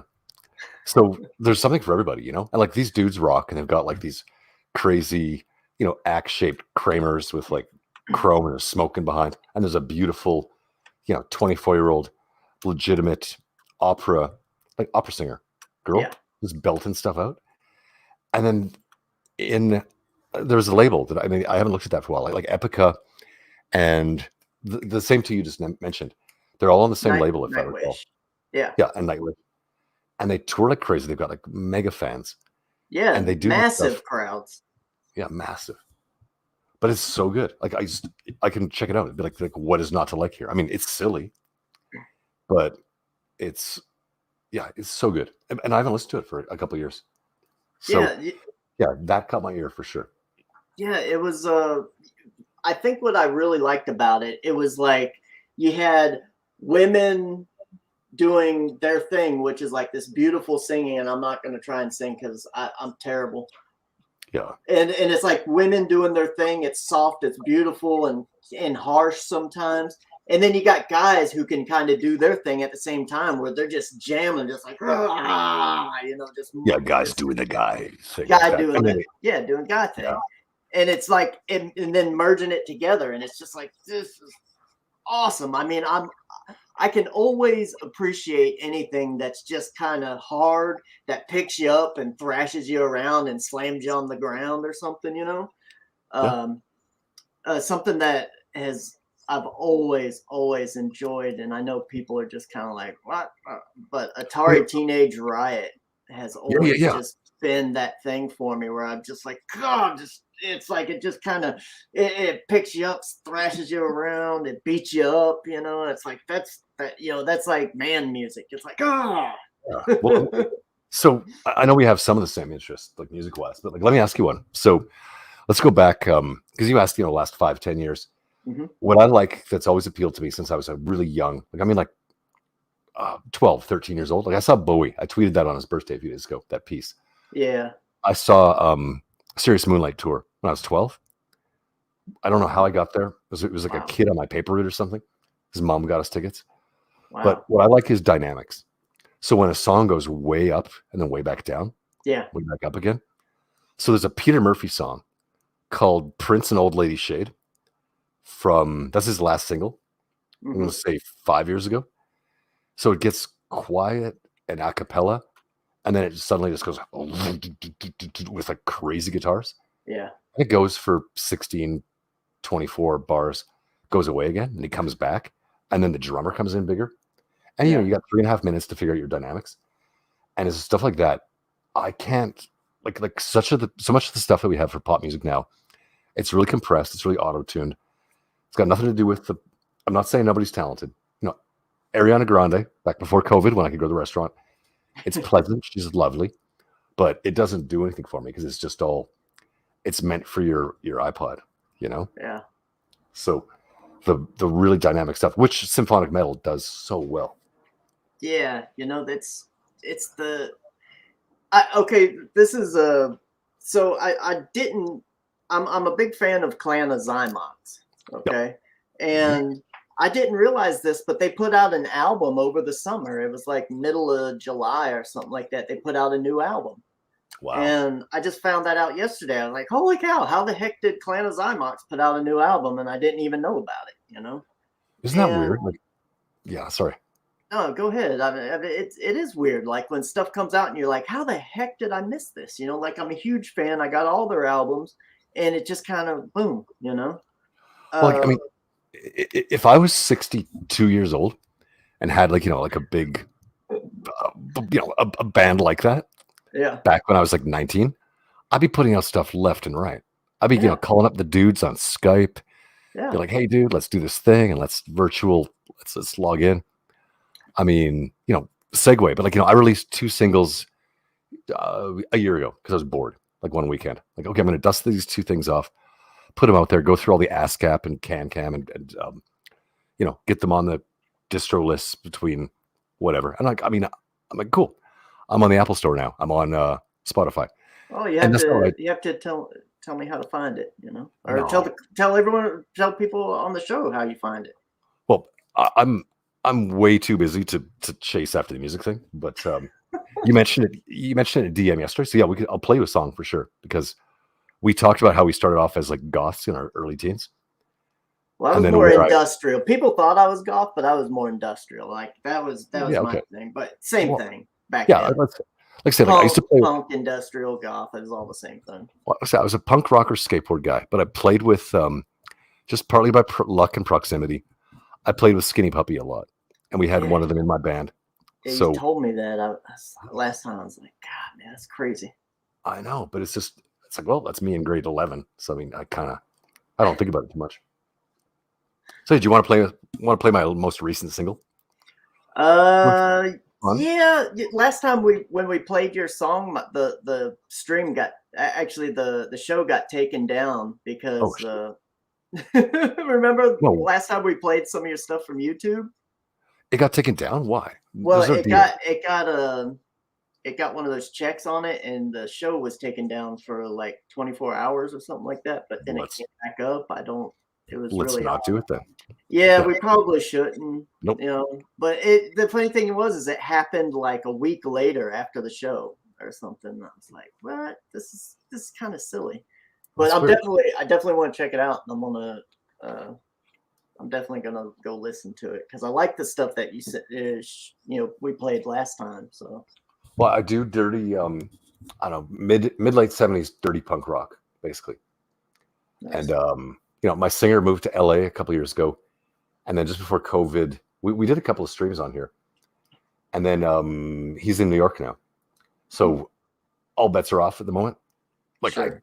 I wouldn't know, and you can't play live anyway, so not in New York, or I'm in Calgary. Well, you can play here live. Actually, I went and seen I went to a comedy show not too long ago. Like, That's nice. I mean, you can do whatever. People are touring here, so. Dude, consider yourself lucky. That's really cool. Well, it seems like we still have some freedoms here in America, so it's awesome. That's great. Yeah. And we can't talk too much about that, as far as I know. No, we won't. I know, right? I was like, be careful of your YouTube channel, which I respect. Yeah. Like, I mean, work-wise, there's stuff I want to say on Twitter sometimes, like nice things, but maybe opinionated things. Well, But the hassle of losing a Twitter account, I can't imagine. yeah, that's something that we decided a long time ago when it came to skits that we would just kind of like politics and whatever the stuff is, and we center ourselves as being neutral, Yep. for the most part. That's good. And we don't we've had a few people on Twitter like say some things where they're trying to get you to say something, and we just ignore it, because it's not worth the time. So. No, totally. It's like, I'm on Twitter to be to share good art and to be funny. And I mean, nothing makes me like, I keep funny hours. I mean, I just finished up doing a few weeks. Like my gal gets up around 5:30, 6. I'm often going to bed. I got meetings at funny times. And but I'll like try to wrap up my day with like a nice piece of art or a funny comment. Yeah. And when it goes off, like, when you do a tweet and you get like 40, 80, 140 likes, but you know that you're funny and you touched a couple of people. Yeah. Okay, that sounds totally. Can I say that sounds gay? Here's one. All right, I was goofing around like maybe last weekend, and I follow. I'm a bit of an Anglophile. I love traveling to the UK, same as you said you used to be doing. Yep. But I was just messing with Right Said Fred. The band. Yeah. I know. Yeah, I'm too sexy. And I was just messing with them, and it's like boop, and then it's like Right Said Fred followed you. I'm like, dude, my day is done. Yeah, exactly. That's awesome. I was like, okay, I'm heading to bed now. My wife, she gets that sort of stuff all the time where she's just like, oh, so-and-so's following me now. And I'm just like, how the heck does that even happen? Yeah. Like, oh, this person's following me. It's like, man, they got like 6 million followers and they just followed you. Like, that's just crazy. I mean, but I always chalk it up to she's putting pictures of herself up there and she's like a sexy black woman. And it's like, I won't lie. Yeah. We know what she looks like. She's got not touching that. She's a lovely woman. Exactly. So I always chalk it up to that. It's like, oh, this famous actor just followed me. And I'm like, that's great, baby. I that's awesome for you. But it's like, I'd never get anything like that. Like, so here's a perfect example. I shared up a picture of Eric Canetti's books. Okay. So we bought his books and they just came in, and I propped them up over here and I took a nice picture and I was like, oh, we just got these in, and I posted it up. Like a day goes by and I got like 12 likes or something like that. Okay. And then she did it then 4 days later, she saw them in here. She's like, oh yeah, there's the books. Oh, let me get a picture of me with the books. So I took a picture of her like holding the books up. Then she posted it up and she got like 300 or 400 likes or something like that. Eric Canetti shared it out and his has gotten like 50, 60 likes, and Yep. and like Eric Kennedy didn't even see mine that I posted, even though I had him in it and stuff. I just like, I think mine got like 17 likes overall or something like that. I'm just like, I'm chalking it up to there's a beautiful woman holding his books, and that's what happened. Hey, that's super cool. You just got, that's life. Got to deal with it. Yeah.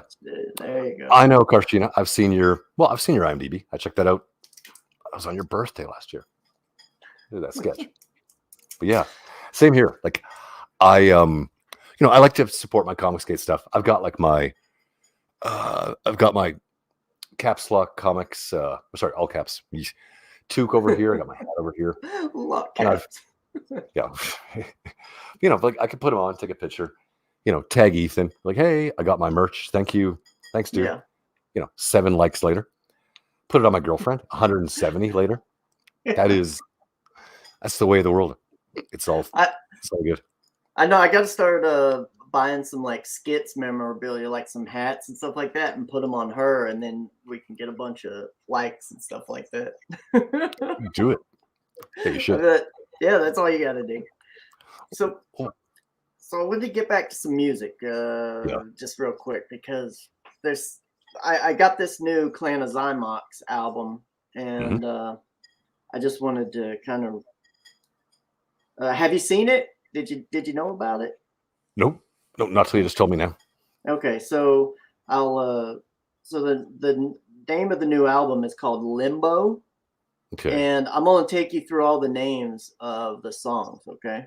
Mm-hmm. Brave New World, mm-hmm. Lockdown, Big Brother, The Great Reset, Forgotten, Limbo, No Way Out, In Control, The Great Depression, The 1%, Dystopia, and How Long, with a question mark. So obviously this album was made during the lockdowns, and I listened to it today, and they're obviously frustrated with everything going on in the world. Yeah, but, remind me, where are they? I know the band very well, but they're in Germany, I think. Okay. Yeah, and I've always really liked their music, but I gotta tell you, like the new album, it all sounds the same, Sure. And I'm trying to wonder what, like, probably I would have liked it like 6-7 years ago, maybe even, I don't know, maybe even longer ago than that. But everything is starting to sound the same now. Everyone's using the same drum patterns. Everyone's using the same stuff. And something that I really liked about their music back in the day, it did have a lot of the, common stuff, but they would try and change things up. Like something that I really enjoyed was the album Jasmine and Roses. Okay. And I think they used live drums on that album, and they did a lot with sampled sounds, I think, to make some of their hits and beats and triggers and stuff like that. And it just sounded like it had the right amount of analog in it. And the new album is just, it sounds like the same repetitive beats, digital beats over and over again. And I really like goth industrial music when they use live drums, sampled analog stuff, especially with industrial music. That's one thing that I've hated since the late 90s, is a lot of the industrial stuff is not sampled analog stuff anymore. It's just like the same, like they got the same beat from Rebirth or something like that, and they just keep using it, I know what you mean. Yeah, and it's like, I think that's really what's wrong, is like people are so reliant on the digital means for making the music that it just like it's just become like, I remember years ago, Bjork was in an interview and she was talking about her music at the time, and they were like, why are you doing a whole album made from the computer? Don't you, most computer music, it's got no soul and stuff like that. And she said, well, if it's got no soul in it, that's because they didn't put it in there. She's like, I got I got plenty of soul in my music, you know. Yeah, I agree with that. I think the means, the tool doesn't matter. Like, I don't at the moment, but I usually have GarageBand is open, and I've got two really, really good Oxygen 8 is one, and then my new one's one's a 2-octave, one's a 3 or 4. Mm-hmm. It's all fluorescent orange. It glows. I bought it just in the fall before Christmas this year, and it's all touch sensitive, like 256 levels. So if I'm sitting there playing with the snare drum dynamics, it's like it changes. Yeah. And I can record it live, and then I'll pull in. I play really dirty, like Gibson Les Paul, Sex Pistols guitar. Even when I was doing industrial and goth, that is my foundation, and I build around that. So it's always going to be really organic and really dirty with a lot of feel. So, yeah, and I know what you mean exactly. Like Reverb's been around for over 20 years now. Yeah. You can just like set up a thing, start pushing sliders, doing whatever, running mods on multi-channel at like 16 or 32. And you go, okay, that sounds pretty good. But it's like any kid in their bedroom could do that. Well, see, that's the thing. It's like you can get it, and you can make some really cool sounding stuff with it. But I just don't think people are diving and playing enough with it to get something that sounds unique out of it. I think people are just like, oh, I want that sound of that person. Let me kind of get something like that. Oh, I like that. And when everyone's sampling each other and trying to do the same thing, you had like this wide range of stuff, but it all starts to come together and all be kind of the same, when it should be like, okay, here's where everyone's going. How do I go over here and do something that sounds unique for me? Yeah, it's tricky. Like, I mean, I don't want to be a bummer or sound old and grumpy, but you asked what I've heard in the last 5-10 years. Nothing comes to mind where I've just gone like, wow. Yeah. So let me tell you, the last song that I stopped what I was doing, like I put down my fork and my knife, and this would be this is kind of lame too, but I was having dinner at a club, and The Killers, somebody told me, came on. So what's that? 2008. I was like, wow, this is Duran Duran from 1982, 15, no, not 50, 20 plus years later, plus this, plus whatever. It's got some distortion. And I, glance up. That was just, that's pre the release of it as a single. And it's like, wow, they've done something. And then again, all that stuff dies by the time you get halfway through a debut album. So I don't know what it is that it's so hard to innovate. But I guess that's maybe a record company or whatever. But it could be. But I mean, a lot of stuff is just being made by individuals at home, and they're just putting it out now. I mean, a lot of people are getting past the record labels and stuff. They're just like, but they're still not innovating, in my opinion. Yeah, I don't know, because I mean, I would kill to have like a good synthesizer. When I was in high school, was like a Roland Jupiter, Jupiter 8, $4,000, Juno 6, $2,500. Yeah.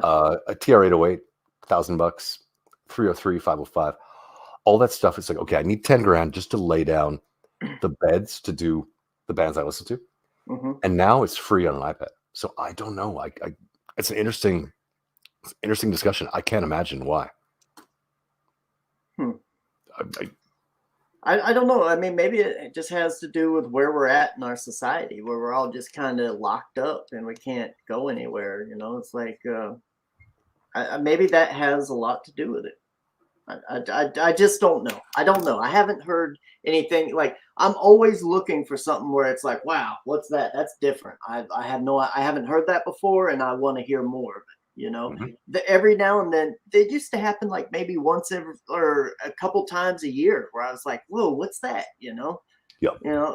I remember I was watching Headbangers Ball, I think, or something like that, and it was probably like 3:00 in the morning, and that's when a Atari Teenage Riot song came on. It was probably like in 93, 94 or something like that.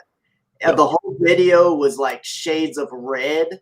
And at the time, I just like, oh my gosh, what the heck is this? This is like like they didn't have a place to play it on MTV, you know, because it was just like so crazy and like in your face and hard, and it didn't belong on Headbangers Ball, but Yep.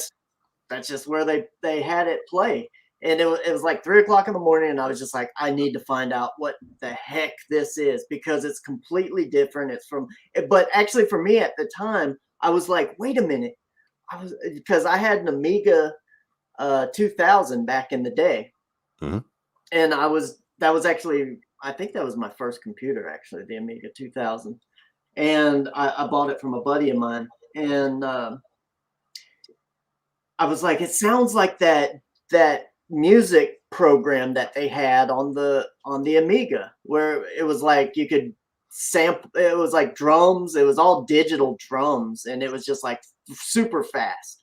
And Yeah. that's exactly what it was. It was that program. I can't remember the name of the program, but it was just like that. And it was just like, and I was like, dude, this is awesome. I was like, these guys are just making this like computer ridiculous beats that are just slamming and hard, you know. Oh man, I want to so I don't remember like what we got in trouble with last time. Like, so the single I put out last year, and I remember I played you one that I did in high school. That was like the previous time. But I've got one queued up. I wonder if I could just like swing the mic and just go for it for like 30 seconds so we know what vibe I'm talking about. Yeah, just quick. Like there's no YouTube. There's over here. This is my latest. This is Iggy and the Stooges. And I thought of it because I just saw Matt here. Yeah, this is punk rock 1970, 79. Let's go.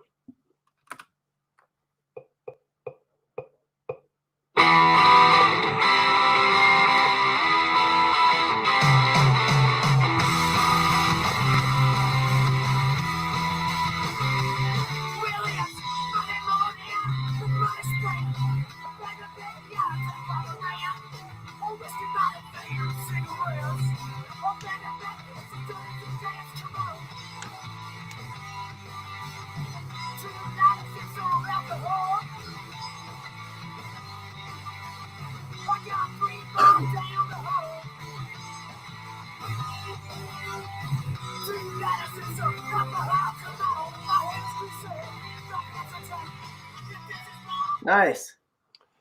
So My hair is greasy. My pants are tight. If this is wrong, babe, I don't want to be right. Yeah, that's. Oops, sorry. Oh. Yep. So that's something that you've made recently. Yep. In the last, that's right, pre-COVID. So that's me and a guy named Pat Creep. That's awesome. It's that's how I feel. So that's kind of what I do. But dirty analog punk. Did you ever listen to Alec Empire's personal stuff that he put out? Nope.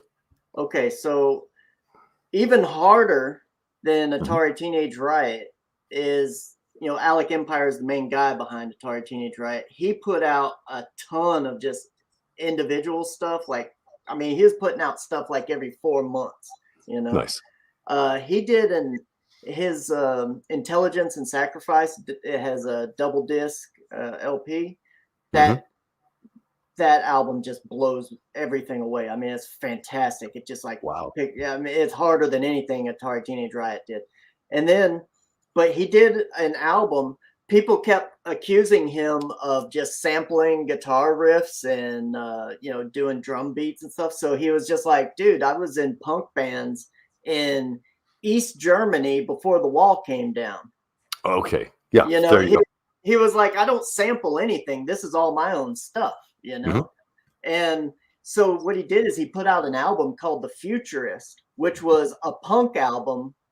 Kind of, you're getting some vibes like he had, but he plays drums, he plays guitar, he plays bass, and then he has the woman from Atari Teenage Riot. She does some synth stuff, and that's the only computer stuff in the whole album, is just her doing some synth stuff on the keyboard and that sort of thing, noise making basically. And that album, I was just like, dude, this just blew me away. He was just like, listen, I can play anything. Here it is. He was like, I was doing this when I was 9 years old, and he just dropped it. Like, and I was just like, dude, this is one of the best punk albums I've ever heard in my life. That's awesome. Yeah, 'cause I don't want to sound like when I said I haven't heard anything that's caught my ear for the last 5-10 years. Not to say it's not out there. I just hasn't come across my bow yet. Well, But sure it's there. that was like 2005 though. He put that out, Okay. so it's like, when, Yeah. but the only thing that has caught my ear recently has Mhm. been like Epica and Nightwish. Really, There you go. I that's know. the symphonic metal. Those two bands, I was just like, this is like awesome. How did I miss this? This stuff has been out for like 20 years and I haven't Yeah. even heard it. Same here.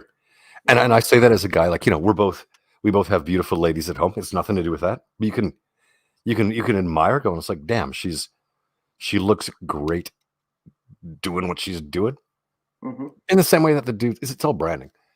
And it's like the dude, the stocky shaved head dude with the goatee. He looks awesome too. It's all it's a great package.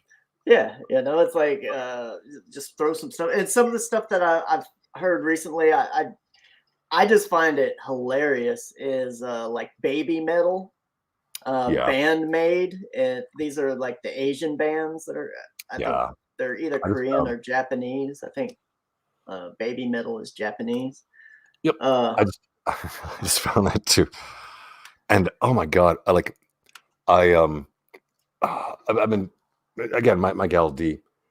We've been meaning to get the YouTube thing going. Kind of like I can see you're steaming up too. And we started mhm. doing this with Book of Boba Fett 2 weeks ago.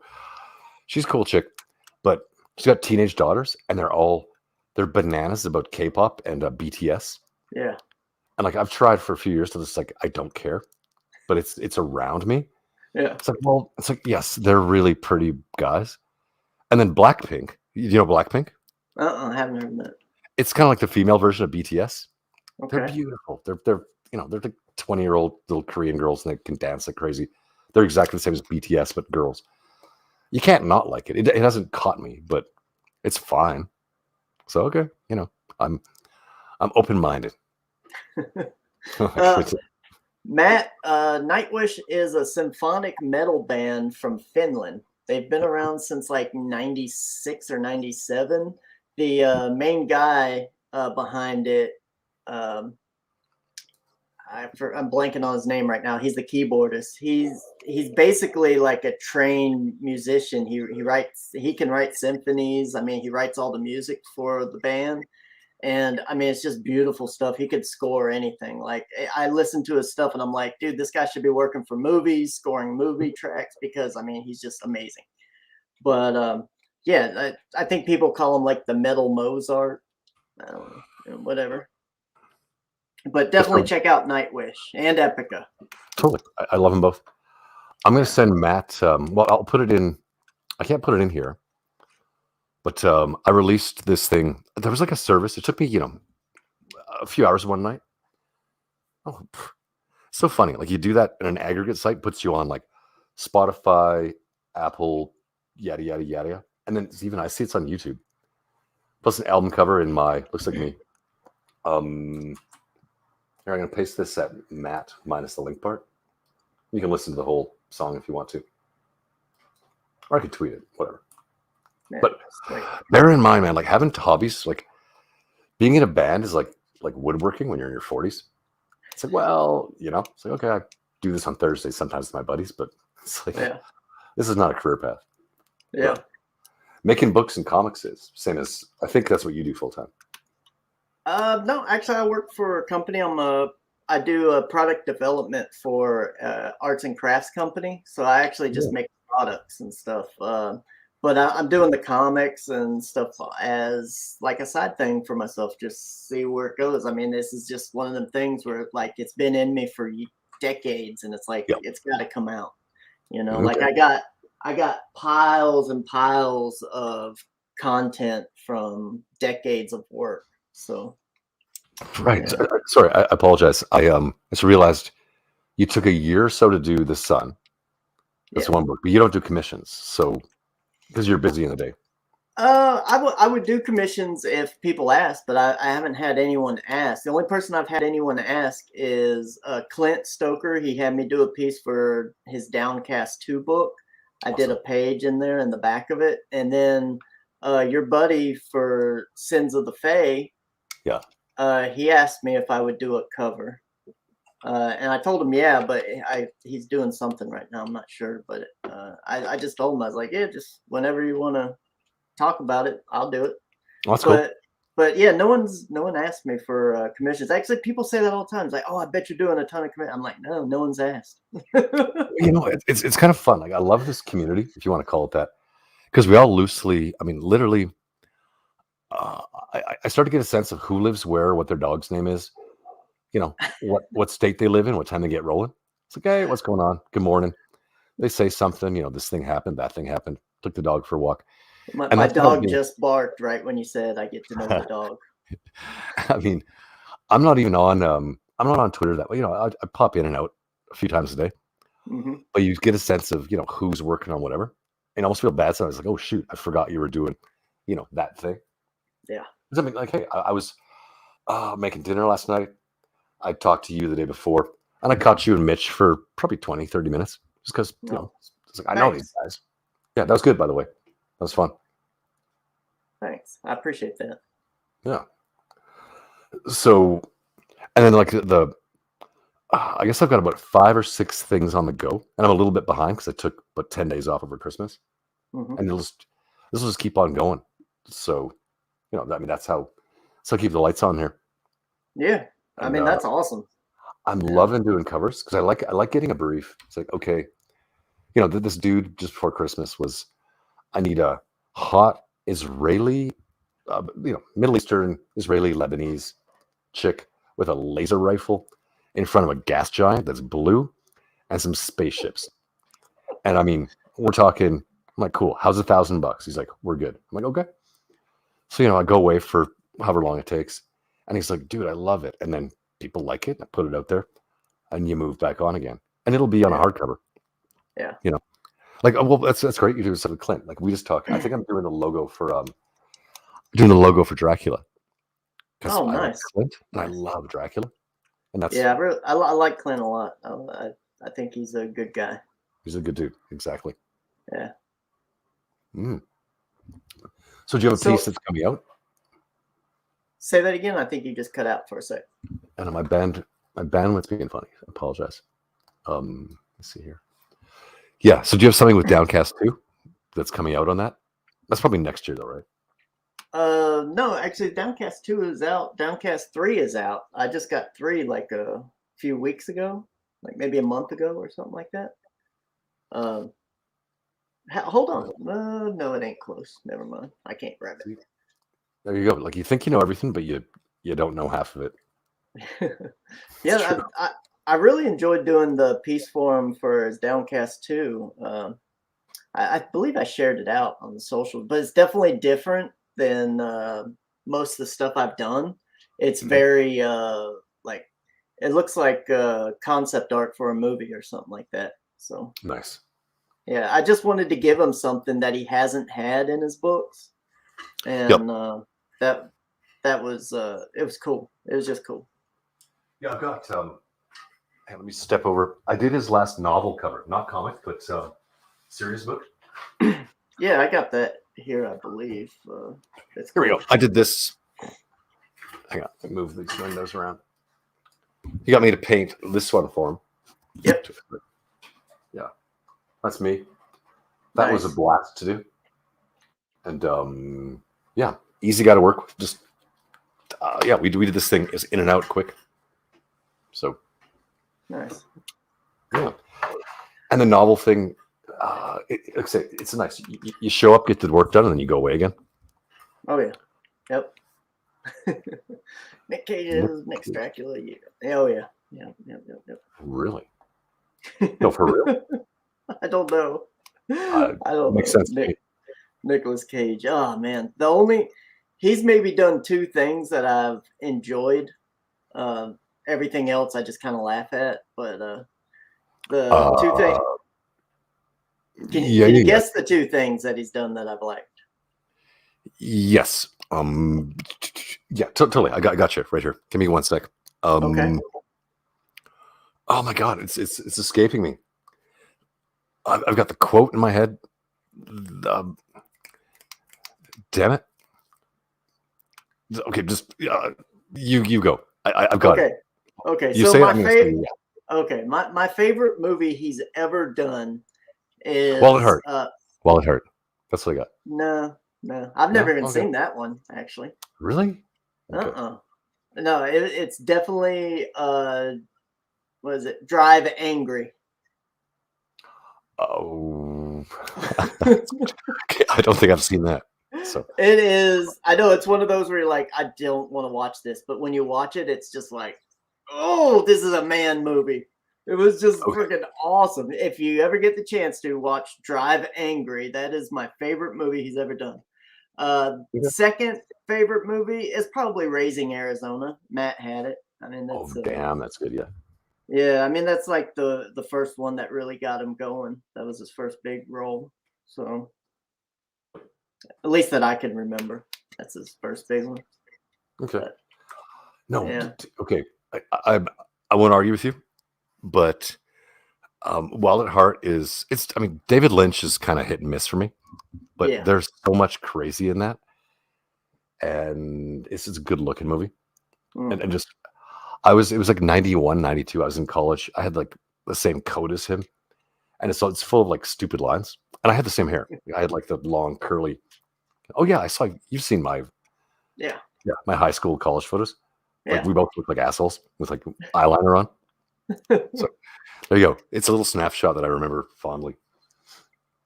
Nice, nice. Well, I gotta tell you, this has been great, but I gotta start. I gotta shut it down because I'm super hungry, and I gotta go eat some meat. Yeah, 100% But with you. Yep, it's nice, coming up on 5. Okay. nice. Dude, man, tell people where they can find you, where they can, Okay. what you're working on, all that sort of stuff. Yeah, let me do a bit of that. I'm back to okay. First, I want to recount where I was at in June. Was starting up the YouTube, gonna do some stuff, and my YouTube. By the way, everything I do is called XEVIUSS. What you see on screen. So, you know, silly name, made it up in 2 minutes. It's always been this. Instagram, uh, and then yeah, and Minds and Parlor and Gab and whatever. But I'm not. None of us has time for that. I'm on Twitter and Instagram. I post art and interesting thoughts every day. And most of all, YouTube is going to start up. I think tonight at 2 a.m. We're going to do a review, Boba Fett episode 3. With my lovely girlfriend. That's where I am. And as far as what I'm doing, so that got paused because I think most of the people I know who Zuby is, Yeah, and I got brought in to do a video, which is a fully animated 100%. So I wrote it, directed it, edited it, produced it. Just it came from this desk to the world. nice. It's not released, so I can't show it. I'm not going to talk about it. But that was a bit of a game changer for sort of my trajectory for the year. Mhm. But I hope it goes Billboard top 10. I think it will. So I'll leave it there because I do that. So I have a few animation things on the go I can't talk about. One movie, well, 2 production design things, and I don't know. I was really happy to be part of launching out Door Kickers with Scott McCullough. Finished that up last night, Cool. and I've got a half dozen book covers and things going on. So I'm an illustrator. I'm a gun for hire. I do stuff. I'm part of. Everybody knows me. I'm around here, and I'm going to be around here more. So say hi on Twitter. Say hi on YouTube. Send a comment. Ta-da! You're welcome, Karshina. That was fun. Yeah, There you go. definitely. It's All right, cool. that's who I am. Other than that, just a dude likes listening Cool, man. to punk rock and symphonic metal. Yeah, exactly. Like, gotta find more good music. It's like, come on, man. I can't even listen to Nine Inch Nails anymore. They're horrible. It's like, oh, Oh, some is still good. like, I can't. After the Fragile, I was just like, I'm done. I can't listen to this anymore. I actually the other day, 2 days ago, I watched on YouTube a video of them in their first tour. Yep. And I was just like, gosh, why can't we have this anymore? This was so good. I was just like, where have you been, man? Yeah. Well, I don't know. It's a tough. I don't have the solution. He got straightened out. He got really fit. He got like Yeah. he looks like your accountant. Like, I mean, he's really fit. Yeah. Like, you know, like a buzz cut, like a polo shirt. It's like, come on, you're not a industrial frontman now. You're Larry next door with like the Tesla. So it's kind of that's it. Yeah, and so's the music. So there you go. Yeah, exactly. Anyway, that's where we're going to leave it. Everyone go check out Skits. We got books for sale. We got art for sale. It's over at skitscomic.com. Go check it out. I mean, that's where you can find everything Skits right now. You buy it now, we ship it now. That's where you can get Skits. So go on over there, have a blast. Check out the mini movie that we have over there, Skits Meets Mr. Chair. That's always fun in the news and video section. So to everyone, I'd like to say thank you for being here. And thank you, XEVIUSS, for being here on the Skits Fun House. Dude, thanks for thinking of me. Yeah. I mean, this has been some of the fun stuff. You know, we're actually talking about stuff that I'm interested in now, music-wise. It's like, I think I need to talk more about music because that's something that I really enjoy. But for now, we'll just leave it at that. I'm down for that anytime. So thanks for having me on. And yeah, let's plan something. We're busy. We're too busy, but let's talk music. People are into it.